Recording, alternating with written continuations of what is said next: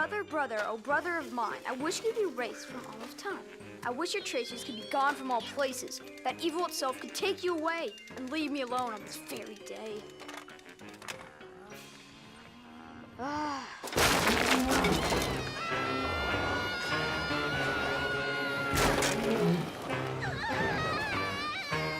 Felix!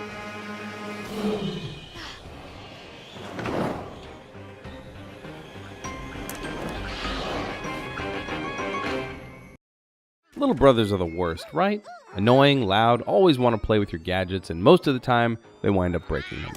Max understands this frustration, and the annoyance of brothers provides the premise for this gorgeous 2.5D platformer.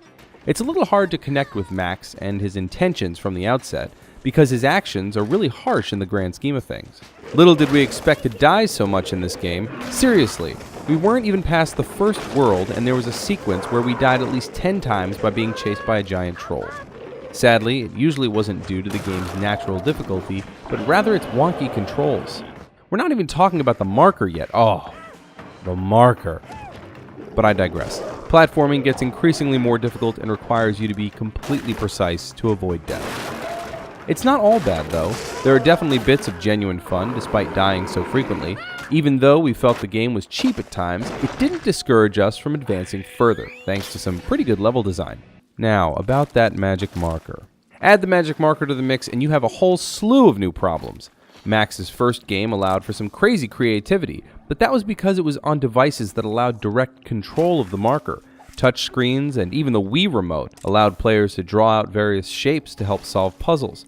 Curse of Brotherhood's marker works a little bit differently. Different colors will manipulate the world in different ways. For instance, the orange marker has the ability to raise and destroy various pillars, which allows Max to reach previously unreachable locations or to block off enemies. However, the biggest disappointment with the marker comes from the fact that you can't use it whenever you want. Glittering spots will signify where you can unleash the marker, and at that point spells out exactly where you need to start drawing to solve a puzzle. The game still retains a certain level of challenge by only supporting you with a limited amount of ink, meaning you'll have to carefully plan out your marker strokes. Unfortunately, the marker suffers from the same control issues that the main game does. You'll be performing every marker stroke with the right thumbstick, which can be less than ideal. When raising or lowering pillars, it's not that big of a deal since it more or less requires you to draw straight up. When dealing with drawing vines, which usually require a certain shape or layout to reach various areas, that's when the problems start. Couple that with situations that need you to react in a given time limit, and you'll have some truly hair-pulling moments of failure. If there's a department that Max absolutely excels in, to the point of near salvation, is its graphics. Seriously, it's freaking gorgeous, and the environments themselves steal most of the show.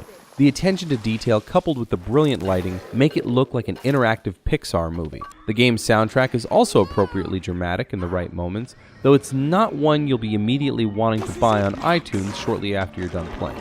Its length is appropriate, sitting at around 8 to 10 hours, but you have to take into account that playtime is artificially lengthened by cheap deaths, whether they're associated with platforming or dealing with the marker itself.